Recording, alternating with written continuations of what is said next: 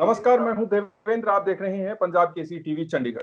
Corona की समस्या लगातार बढ़ती जा रही है और इस कोरोना की समस्या को देखते हुए पहले 2 बार लॉकडाउन किया गया, अब तीसरी बार फिर से लॉकडाउन कर दिया गया है और 17 मई तक ये लॉकडाउन रहेगा, लॉकडाउन का पार्ट 3। हरियाणा की बात करें तो पिछले कुछ दिनों में हरियाणा में मरीजों की संख्या काफी ज्यादा बढ़ चुकी है। जींद जिले की बात करें तो यहाँ पर भी अब मरीजों की संख्या जो है 10 से पार हो चुकी है। आज हमारे साथ हैं सफीदों से कांग्रेस के विधायक सुभाष जी। उनसे बातचीत करते हैं, क्या कुछ है कोरोना की उनके वहां पर स्थिति, क्या कुछ है लॉकडाउन में उनकी दिनचर्या। सुभाष जी, बहुत बहुत स्वागत है पंजाब केसरी टीवी पर। Thank you sir. Subhash ji, मैं सबसे पहले आपसे जानना चाहूंगा, पहले जिस तरीके से लोगों का आना जाना था वो हर विधायक के पास रहता है, समस्याएं होती हैं क्षेत्र की, लोग आते हैं बताते हैं, अब किस तरीके की दिनचर्या है? क्या लोगों का जो आना जाना है वो कम हुआ होगा? जो लोगों का आना जाना है वो लगभग 80% कम हो गया। 20% तो अब भी है, लेकिन वो सोशल डिस्टेंसिंग का ध्यान रख के उन लोगों से मिलते भी हैं। इतना तो मिलना भी पड़ेगा, चाहे कुछ भी कर ले। तो यही है कि 21% जितना पहले था उससे 20% तो है, 80% नहीं है। और आपकी लॉकडाउन में जो दिनचर्या है वो किस तरीके से रहती है, क्योंकि अब आप भी कम ही बाहर निकलते होंगे? बस सुबह उठते हैं, उठने के बाद सैर करते हैं, सैर करने के बाद फिर मैं तो टेलीफोनों पे लग जाता हूँ। रोज 200 से 250 टेलीफोन मैं करता हूँ और लगभग 100 टेलीफोन हमारे साथियों के इलाके में दूसरे लोगों के आते हैं और उन टेलीफोन पे ही उन समस्याओं का समाधान करते करते पूरा दिन बीत जाता है और शाम हो जाती है। अच्छा, क्योंकि नॉर्मल दिनों की बात करें तो क्षेत्र में ये कार्य नहीं हुआ, ये कार्य हमारे यहाँ पर करवा दो, ऐसी समस्याएं लोग लेकर आते हैं। अब इस लॉकडाउन पीरियड में किस तरीके की समस्याएं आपके सामने आ रही हैं? लोग क्या कुछ आपको बता रहे हैं, क्या दिक्कतें हो रही हैं? जिस पहले जो बात होती थी वो विकास की बात होती थी, विकास कार्यों की बात होती थी। दूसरी जो भी मतलब हमने हल्के को आगे बढ़ाने की बात होती थी। लेकिन अब जो जितनी जो भी समस्याएं आ रही हैं वो छोटी समस्याएं ज्यादा आ रही हैं। लोग आज ना कोई विकास की बात कर रहे हैं, ना कोई दूसरी किसी प्रकार के विकास कार्यों की बात कर रहे हैं। या तो सिर्फ या तो किसी के एक तो सबसे ज्यादा मैंने दोस्तों के लगभग शादियों के जो परमिशन दिवाने की बात थी, पूरा दिन एक तो दिन में 2 या 3 4 लोग तो ऐसे मिल ही जाते हैं जिन्होंने इंटर स्टेट जाना है या स्टेट की स्टेट में जाना है, कोई कहीं फंसा हुआ है। तो डीसी साहब से जो एक परमिशन का जो एक प्रोसीजर ऑनलाइन सरकार ने किया हुआ है उनको दिलवाने का काम एक मेन काम जो है वो तो एक तो ये है। दूसरा, शुरू में महामारी के बारे में भी सबसे पहले हमने लोगों को जागरूक किया। जागरूकता के साथ साथ जैसे लॉकडाउन हुआ, लॉकडाउन के जो शुरू के 2 3 दिन थे उसमें समस्याओं को जाना, लोगों के फोन आए उनको समझा। तो मैंने जो सबसे पहले जो समस्या मेरे दिमाग में आई कि हल्के को यदि सैनिटाइज किया जाए तो सबसे बेहतर काम आज के दिन तो वही है। तो मैंने पूरी कॉन्स्टिट्यूंसी को 4 सेक्टरों में बांट के और हर सेक्टर में 2 गांव या 3 गांव में मैं खुद गया, ताकि मेरी जो मशीनरी, मेरा कार्यकर्ता, जो मेरे साथी हैं, जब मैं निकलूंगा तो वो भी बेखौफ होकर इस समाज में आगे से आगे बढ़ाने, मतलब इस काम को आगे बढ़ाने में वो भी अपना जो दिमाग में छोटी मोटी उनके कोरोना की हाँ जो वो निकल जाए। सबसे पहले तो मैंने ये काम किया, मैं खुद फील्ड में गया, खुद मैंने सैनिटाइजेशन का जो बड़े बड़े गांव थे खुद उनमें जब मैं खुद लग गया तो मेरे सारे साथी निकल आए और उन्होंने उनके और मेरे सबके सुझाव पर हमने पूरी विधानसभा क्षेत्र को 4 सेक्टर में बांट दिया और हर सेक्टर का एक इंचार्ज बना दिया। और उस एक बार तो हमने खुद किया सैनिटाइजेशन। उसके बाद क्या था, मशीनें गांव में हैं, जो खेतों में स्प्रे करने वाली ट्रैक्टर की मशीनें हैं वो हर गांव में लगभग हैं। किसी छोटे गांव में नहीं है तो पास के गांव से हमने व्यवस्था की और उन चारों स्थानों पर हमने सैनिटाइज की जो दवाई थी वो चारों स्थानों पर हमने रखवा दी।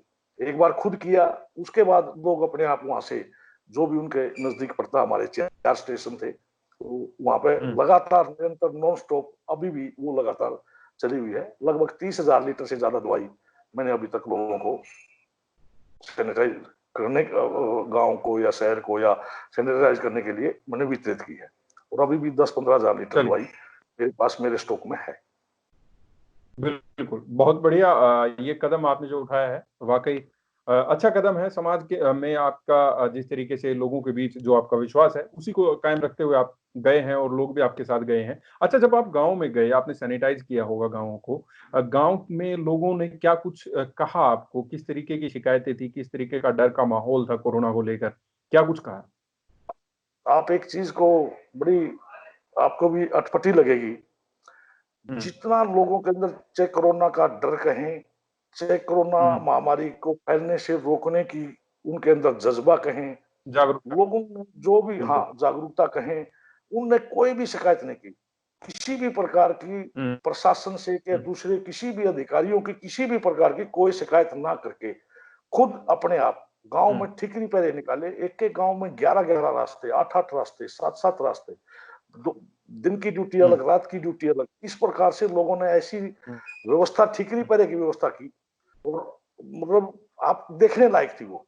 आप शहरों में ज्यादा रहते हैं, बिल्कुल। आपने शहर में तो कुछ भी नहीं देखा होगा जितना गांव के लोगों ने अपने आप को सुरक्षित किया। और बगैर किसी के दबाव में, हुँ, बगैर किसी के सुझाव के उन्होंने खुद ही मतलब अपने इस चीज को किया। क्योंकि उन्होंने हुँ, जो 1918 में जो स्पेनिश फ्लू जो आया था, तो वो बुजुर्गों हुँ, ने बड़ी कहानियां, हमारे जो बुजुर्ग हैं अब, उनको वो हुँ, कहानियां सुनाई हुई थी सारी की सारी। तो उसी के उसमें बिल्कुल। पैटर्न में भाई कभी हुँ, उन्होंने, मैं जैसे गांव में गया, मैंने भी वो कहानियां बहुत सुनी हैं। हमारी एक हुँ, लेडीज थी, उस प्रेग्नेंट थी वो उस दौर में, तो वो खेत में जाके हुँ, छिप गई। उसने अपने बच्चे को वहीं पैदा किया। हुँ, उसका वो जो बुजुर्ग था, हुँ, आज तो बुजुर्ग हो गया, उसका नाम भी खेत का नाम से ही रखा फिर उन्होंने, कि वो पूरा का पूरा उस ओह! बीमारी के दौरान खेत में रही। तो इस प्रकार की जो चर्चाएं लोगों के बीच में थी, उन्होंने इतनी अवेयरनेस, जितनी गांव में आप हम कहते हैं यहाँ ज्ञानता है, यहाँ अनपढ़ता है, यहाँ लोगों हुँ, में अवेयर नहीं है, तो इतनी अवेयरनेस मैंने जो हुँ, गांव में देखी, इतनी शहर में भी नहीं थी। हालांकि मेरा कस्बा स्पीडो भी कोई शहर नहीं है, बड़ा शहर नहीं है, वो भी ग्रामीण क्षेत्र जैसा मिला जुला ही है। हर बिल्कुल। जगह से बहुत बढ़िया हुँ, मतलब वो हुआ। बिल्कुल आप गाँव की बात कर रहे हैं। ग्रामीणों में वास्तव में ठीकरी पहरा लगाया है और एक-दूसरे के साथ जो प्यार है, वो दिखाया और इस महामारी से निपटने के लिए सब एक साथ नज़र आए। लेकिन एक चीज़ जो है गाँव के लोगों को, किसानों को ज़्यादा दिक्कतें दे गई कि एक तो मौसम की मार हुई उन पर, ओलावृष्टि हुई, फसल अच्छी नहीं हो पाई और फिर जब फसल हो भी गई, तो वो अनाज मंडी में ठीक से बिक नहीं पाई। कई जगहों पर ये समस्या सामने आई है या फिर जितनी फसल लेकर किसान मंडी में गया है, तो वो फसल पूरी की पूरी नहीं बिकी। आपके वहाँ पर किस तरीके की स्थिति रही? कई जगह अनाज मंडी में आढ़ती भी जो हैं सरकार से नाराज़ दिखे। आपको शुरू में मैं बताऊं, लॉकडाउन के दौरान ही जो हुँ, ओलावृष्टि मेरे एरिया में भी बहुत ओलावृष्टि हुई। लॉकडाउन से 2 दिन हुँ, 4 दिन पहले लॉकडाउन के दौरान भी हुई। और जी, मैंने इस मामले में सरकार ने जितनी सरलता दिखानी चाहिए, किसी भी हुँ, समस्या, हमारे ऊपर एक महामारी की समस्या है, ठीक है, हम हुँ, भी मानते हैं कहीं ऑनलाइन की समस्या है, कहीं किसी प्रकार की है, टेक्निकल मतलब समस्याएं आती हैं। लेकिन वो नॉर्मल हुँ, जो परिस्थितियां होती हैं, उनमें सरकार ने पूरी टेक्नोलॉजी को यूज करना चाहिए, हम भी मानते हैं।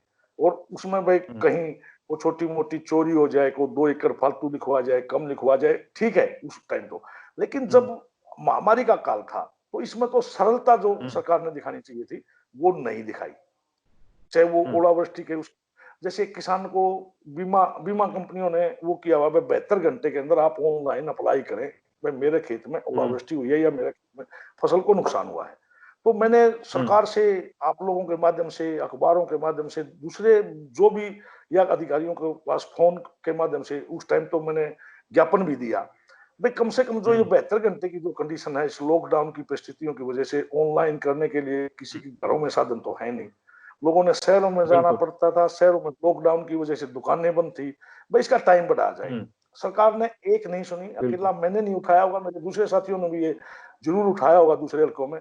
लेकिन सरकार हुँ, ने इस पर जू तक नहीं रहेंगी। सरकार ने इसको कुछ भी मतलब इसके लिए 2 दिन 4 दिन का कोर्ट टाइम दे दे, या ऑनलाइन की बजाय खुद आके संज्ञान लेके, सबको पता है, हमने ज्ञापन भी दिए, जैसे मेरे 40-42 गांवों में ओलावृष्टि हुई थी, तो वो गांवों के नाम तो हुँ, थे ही सरकार के पास। सरकार खुद भी जा सकती थी, बीमा कंपनी को आदेश कर सकती थी, लेकिन उसने कुछ भी नहीं किया। हम्म, जो एक सिस्टम चला हुआ था, सिस्टम से बाहर निकलने के लिए ना सरकार तैयार हुई, ना बीमा कंपनियां तैयार हुई। हम्म। अच्छा, आप कह रहे हैं सरकार ने कुछ नहीं किया। सरकार ने अभी जो है अपने राजस्व को बढ़ाने के लिए ये दलील देते हुए कि पिछले कई दिनों में सरकार के पास कोई आमदनी नहीं हुई है तो घाटा चल रहा है, उसके लिए शराब के ठेके खोल दिए, शराब की दुकानें खोल दी हैं, जिसकी वजह से जो इतने दिनों से लॉकडाउन चल रहा था, सोशल डिस्टेंसिंग थी, उसकी कहीं ना कहीं जो है पालना नहीं होती दिख रही। आप किस तरीके से देखते हैं शराब के हाँ, ठेके खोलने का सरकार का ये फैसला? सरकार ने जो ठेके खोलने का जो निर्णय है सरकार का, कहीं ना कहीं मैं भी मानता हूं कि हम्म, राजस्व के मामले में भी कहीं ना कहीं मजबूरी तो है ही, और जरूरत भी हम्म, है। इस चीज की, हम्म, लोग जब पीते हैं तो पीते हैं, चाहे वो अच्छी चीज है नहीं है। जब सरकार ने जिस चीज का लाइसेंस दे रखा है, हम्म, शराब के ठेके खोल दिए, तो बिल्कुल, शराब पीने का भी ऑटोमेटिक लाइसेंस हो गया वो। लेकिन सरकार ने बिल्कुल, इतनी जल्दी भी नहीं करनी चाहिए थी। जितनी जल्दी सरकार ने की है, उतनी हम्म, जल्दी नहीं करनी चाहिए थी। हमारे सरकार के तो देखे हम्म, हमने, बस सुबह उठते ही दारू खोलो, दारू खोलो, दारू खोलो, दारू खोलो, ठीक है। इसको इतने दिन भी जो लेके तो लोगों ने, अपने जो विपक्ष के लोग थे या दूसरे आपके प्रेस के जो साथी थे, आप लोगों ने जब हम्म। सरकार के ऊपर थोड़ा प्रेशर बनाया, तो इसलिए सरकार इन दिनों तक आई है। नहीं, सरकार तो पहले दिन से ही ठेकों को खोलना चाहती थी। हाँ, शुरुआत में कुछ दिन ठेके खुले भी हैं हरियाणा में, हर जगह ठेके बंद थे, लेकिन हरियाणा में 2-3 दिन लॉकडाउन के वो पहले दिनों में उसमें ठेके खुले हैं। उसमें अच्छा, एक शराब, आप जी, आप लोगों का उसमें बहुत ज्यादा योगदान है। हमने तो उठाई कि ना उठाई, लेकिन जो प्रेस के साथी थे, चाहे वो अखबार के माध्यम से होती, चाहे वो आप टीवी चैनल के हम्म, जो आप साथी थे, आप लोगों ने उसको पुरजोर उठाया, तो हम्म, सरकार को मजबूर होना पड़ा उन ठेकों को बंद करने के लिए। आप इस बात के लिए धन्यवाद बिल्कुल। करते हैं हम आपको, कि आपने उस दौरान जिस चीज की जरूरत थी उसको उठा के उसको बंद करवाने का जो आपने काम किया। अच्छा, शराब की बात चल रही है, शराब चोरी हुई है हरियाणा से सोनीपत में कुछ लगभग 5500 से ज्यादा पेटियां जो हैं वो चोरी हो गई। हालांकि उसके लिए एसआईटी गठित कर दी गई है, हाई लेवल की जो जांच चल रही है। किस तरीके से देखते हैं आप ये शराब चोरी हुई, सरकार का क्या इसमें निगरानी ज्यादा नहीं रहनी चाहिए थी? देखो, शराब हम सरकार की का इसमें सरकार का फेलियर पना ही मानते हैं कि हम्म, जब लॉकडाउन भी था, लोग अपने घरों में हम्म, बैठे थे, और तब भी इस तरह की हम्म, बातें होती हैं। ठीक है, हम मानते हैं 1996 में जो शराबबंदी हुई थी, उस टाइम लॉकडाउन नहीं था, हम्म, लोग घरों में नहीं बैठे थे। इसमें तो हम्म, गांव में बढ़ने के लिए भी इतने ठिकरी पहरे थे, और हम्म, प्रशासन भी शहर था, शहर में थे या कहीं भी थे, प्रशासन, पुलिस प्रशासन भी पूरा चुस्त था। वो चाहे वो तो हम्म, लॉकडाउन को कामयाब करने के लिए, उस दौरान भी इस तरह की जो हम्म। बातें हुई हैं, मुझे लगता है कि इसमें कहीं ना कहीं, मतलब कोई ना कोई सरकार का जरूर कसूर है, या सरकार का कोई ना कोई इसके अंदर क्या कहें तो स्वार्थ की बात भी कहीं ना कहीं इसमें लगती है कि भाई सरकार के कुछ लोगों का स्वार्थ भी हो सकता है। कांग्रेस विधायकों की बात कर लेते हैं। एक कांग्रेस विधायक हैं वरुण चौधरी, मुलाना से विधायक हैं। उनका ये आरोप था कि जब किसी भी तरीके का कोरोना को लेकर कोई मीटिंग की जाती है प्रशासन की तरफ से, तो कांग्रेस के विधायकों को नहीं बुलाया जाता। क्या आपके साथ भी ऐसा ही है? प्रशासन की तरफ से इस तरह का कोई हमारे को कभी कोई न्योता नहीं दिया, लेकिन हम्म, ये कोई, मैं इस चीज को इतनी ज्यादा जरूरी भी नहीं समझता। हम मजबूर भी तो कर सकते हैं प्रशासन से हमारी सलाह मांगने के लिए। हम्म, हम प्रशासन हम्म, के पास खुद चले जाएं, महामारी है, महामारी की जितनी जिम्मेवारी हम्म, प्रशासन की, उससे ज्यादा जिम्मेवारी हम भी अपनी समझते हैं। प्रशासन, हम्म, ठीक है, प्रशासन नहीं बुलाएगा, दूसरी पार्टी की हम्म, सरकार है, वो कहीं ना कहीं राजनीतिक दल का दबाव में हो सकता है कांग्रेस के साथियों को ना बुलाए। लेकिन मैं तो वरुण भाई हम्म, को भी, दूसरे मेरे कांग्रेसी विधायक साथियों को भी इस बात के लिए हम्म, वो करता हूं कि हमने सरकार से घबराने की जरूरत क्या है। सरकार के ऊपर हम्म, हम खुद चल के भी तो इस काम को कर सकते हैं। बिल्कुल। सरकार को अच्छा, सुझाव तो आपको दे ही प्रशासन का सकते हैं। पूरा सहयोग मिला है? सर, ये कोरोना की महामारी थी, इससे निपटने के लिए लोकल प्रशासन की अगर बात करें, स्थानीय प्रशासन की, आपको पूरा सहयोग मिला? प्रशासन तो लॉकडाउन में सड़कों पर घूमने से सिवा प्रशासन ने कुछ नहीं किया। जितनी भी, हम्म, मैं तो मेरे विधानसभा क्षेत्र की बात करता हूँ, कि जैसे हम्म, खाना वितरित करने की बात, तैयार खाने की बात करते हैं, प्रवासी जो हम्म, मजदूर आए हुए थे या हल्के के कुछ लोग सक्षम नहीं थे, सारा का सारा काम हम्म, सामाजिक संस्थाओं ने किया है। प्रशासन हम्म, की तरफ से मुझे मुझे नहीं लगता कि प्रशासन ने कहीं 10, 20, 50 हजार रुपए भी अपने पास से लगा के लोगों को कहीं खाने की व्यवस्था करो। हमारे एरिया में सामाजिक संस्थाएं शहर में भी हैं और ग्रामीण क्षेत्र का तो एक ऐसा माहौल कल्चर इस प्रकार की है, गांव में कोई भूखा सो ही नहीं सकता। ये घर से जाके किसी को चलिए, ये ना सामाजिक कहे। संस्थाओं की प्रवासी मजदूर, सामाजिक संस्थाओं की आपने बात की कि उन्होंने राशन बांटा है, प्रवासी मजदूरों को खाना खिलाया है। अब प्रवासी मजदूरों को लेकर श्रमिक स्पेशल ट्रेन चलाई जा रही हैं कि उनको घरों में भेजा जाए जहां पर वो जाना चाहते हैं। आपके वहां पर कितने के प्रवासी मजदूर होंगे और किस तरीके से, क्योंकि एक रजिस्ट्रेशन की प्रक्रिया है, क्या वहां पर रजिस्ट्रेशन की प्रक्रिया चालू है और क्या कुछ व्यवस्थाएं इसके लिए आपकी तरफ से, प्रशासन की तरफ से की गई है और प्रवासी मजदूरों को कैसे जानकारी दी जा रही है? प्रवासी जो मजदूरों की हम बात करते हैं, प्रवासी मजदूर एक तो गन्ना किसानों के पास जो प्रवासी मजदूर आए हुए थे, एक तो हमारे पास वो मजदूर थे, दूसरे स्टेट्स के थे। तो जो गन्ना, क्योंकि जी गन्ना की फसल लगभग समाप्ति की ओर है, एक तो जी उनकी समस्या थी। कुछ कंस्ट्रक्शन, वैसे हल्का हमारा ग्रामीण क्षेत्र ज्यादा हल्का है, इसमें बाहर के ज्यादा प्रवासी मजदूरों की जिस प्रकार से बड़े बड़े शहरों में है, क्योंकि यहाँ ना तो कोई फैक्ट्रियां हैं ना कुछ दूसरी वो है, जी यहाँ पर बल्कि जी व्यापार के नाम पे है तो पोल्ट्री का व्यापार है। पोल्ट्री का व्यापार तो हम्म, पोल्ट्री में जो मजदूर होते हैं वो होते भले ही प्रवासी हैं, लेकिन उनको यहाँ जी मतलब जिस प्रकार की सुविधाएं हम अपने घरों में रखते हैं, इसी प्रकार की सुविधाएं उनको पोल्ट्री में दी जाती है। उनको कोई शिकायत भी नहीं है, ना वो प्रवासी हैं, वो तो लगातार यहीं रहने वाले हम्म, लोग हैं। ठीक है, वो अदर स्टेट के रहने जी वाले हैं। इंडस्ट्री के नाम पे तो ये चीज थी। बाकी जो प्रवासी मजदूर, कुछ कंस्ट्रक्शन मजदूर भी आए हुए थे, ज्यादा तो नहीं थे, कहीं हॉस्पिटल बनने लग रहा है, कहीं को छोटा मोटी और कंस्ट्रक्शन हो रही है, तो उसके अंदर जो मजदूर आए हुए थे उनका रजिस्ट्रेशन का काम जारी है। हम जहां जहां से भी बातें आती है हमको रजिस्ट्रेशन करवाते हैं, आगे प्रशासन को बोलते हैं। इस प्रकार से हमारे जिले से भी एक ट्रेन तो शायद कल या परसों गई है, बाकी हमने रजिस्ट्रेशन करवा रखे हैं और प्रशासन के लगातार संपर्क में है, ताकि वो प्रवासी मजदूर हम्म, वापिस अपने घरों में जा सके। जी। काफी लंबा लॉकडाउन हुआ, अब हरियाणा में दुकानें जो हैं वो खुल गई हैं। कुछ दुकानें खुली हैं, कई जगह कई चीजों की दुकानें खुल गई, कई जगह सिर्फ जरूरी सामान की चीजें की दुकानें ही खुली है। आपके वहां पर किस तरीके की स्थिति है? कैसे दुकानों में सोशल डिस्टेंसिंग का ख्याल रखा जा रहा है और कौन कौन सी दुकानें खुली हैं? क्या कुछ जनता को बताना चाहेंगे? देखो, जैसे मेरा सपीदो विधानसभा क्षेत्र दो ब्लॉकों में बटा हुआ है। एक है पिल्लू खेड़ा हम्म, ब्लॉक, यहाँ पे हम, जी, वैसे तो हमारा जिला पूरा छूटता था इस चीज से, लेकिन 8 जो केस हम्म, आए उसमें से 2 मेरे विधानसभा क्षेत्र के भी आए थे, जिस दिन 8 आए थे। उसके बाद हम्म, पिल्लू खेड़ा जो हमारा छोटा कस्बा है, इसमें तो दुकानें हम्म, लगभग बंद की हो रही हैं, लेकिन कल परसों से, जी, कल से ही दुकानों को, एक साइड की दुकानें एक दिन खोल देते हैं, एक साइड की दुकानें एक दिन खोल देते हैं। इस तरह से व्यवस्था की। इसी हम्म, प्रकार से जींद में भी कल परसों से ही की है, क्योंकि जींद में भी केस आ गए थे, इसलिए पिछले हम्म, 4-5 दिन से तो जिस प्रकार से अगर नेक्स्ट डे से जो खुलना था वो नहीं खुल जाता, डिले हुआ। सफेदों में पहले दिन से ही जी, हमारे खुल गया था। जिस दिन से ये हम्म। लॉकडाउन थर्ड जो शुरू हुआ, उसमें एक साइड की दुकानें खोल देते हैं, दूसरी साइड की दुकानें बंद रह जाती तो अभी बाजार खुल चुका है, थोड़ी बहुत ढील मिल चुकी है, छूट मिल चुकी है, किस तरीके की व्यवस्था है, अब कैसा माहौल है? सफीदो विधानसभा क्षेत्र की बात करेंगे। है। सफेदों विधानसभा में किसान तो अपनी फसल को लेके अब मंडियों के अंदर बैठा है, और एक तो हम्म, पेमेंट नहीं हो रही, और पेमेंट जी, जुड़ी हुई है उठान के साथ। गेहूं का उठान जब बिल्कुल, तक एजेंसी के गोदाम में ना पहुंच जाता तब तक गवर्नमेंट पेमेंट नहीं करती, एफसीआई पेमेंट नहीं करती, जब तक वो सर्टिफिकेट शायद उनको नहीं मिल जाता।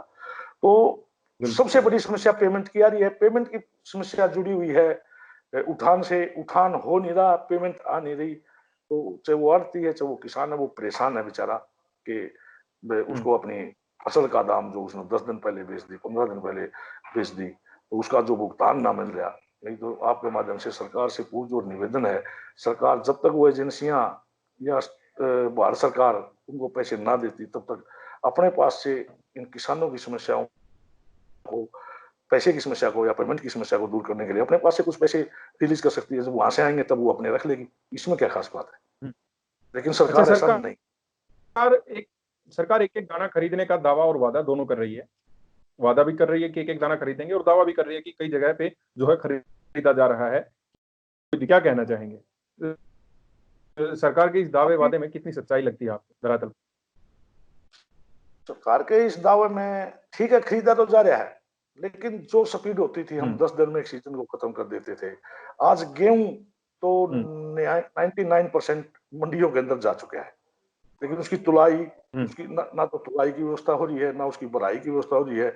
और यदि तुलाई और भराई हो जाती है तो उसके बाद उसकी उठान और वहां जाके एजेंसी का जो गोदाम है वहां वाली जो प्रक्रिया है, किसान ने तो अपनी फसल 99%, 95 से 99% के बीच में अपनी मंडियों में बेच दी है और 10-10 दिन, 5-5 दिन हो चुके हैं किसान तो। लेकिन किसान को तो पैसा नहीं मिल रहा, सबसे बड़ी समस्या पैसे की आ रही।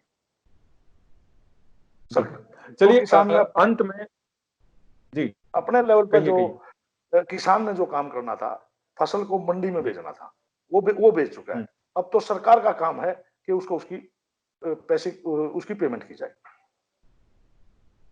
जी, अंत में अभी तक हमने बातचीत की, हर बात कर ली है। अंत में कोई आपकी तरफ से कोई जनता को सुझाव हो, प्रदेश सरकार को सुझाव हो, या कोई और दिल की बात जो आप कहना चाहें?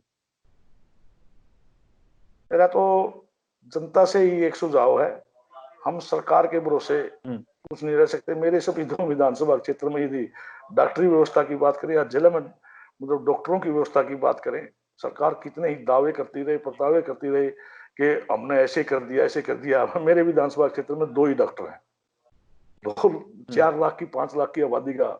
मेरे जिले में जहाँ टाउन पोस्ट है वहां 15 डॉक्टर भी नहीं है जिला के हॉस्पिटल में। मैं तो लोगों से एक ही अपील करता हूँ, अपने आप को खुद आपने बचाना है, सरकार के भरोसे नहीं रहना है। तो अपनी सोशल डिस्टेंसिंग या जो दूसरे उपाय सरकार ने हमें अपने लेवल पे बताए हैं उनको करें, सरकार के भरोसे ना रहें, क्योंकि सरकार से कुछ ना होने वाला है, ना सरकार कुछ कर पाएगी। तो मैं तो मेरे विधानसभा क्षेत्र की क्या पूरे हरियाणा की जनता को या भारतवर्ष की जनता को इस बात का सुझाव देता हूं कि खुद बचोगे तो, खुद अपने आप को बचाओगे तो बचोगे, सरकार के भरोसे कुछ नहीं है। चलिए सुभाष जी, बहुत अच्छा लगा आपसे बातचीत करके। आपने हर बात का बहुत ही अच्छे तरीके से जवाब दिया। हमारे साथ जुड़े बहुत बहुत धन्यवाद। थैंक यू जी, धन्यवाद। तो आप देख रही हैं पंजाब केसरी टीवी चंडीगढ़। नमस्कार।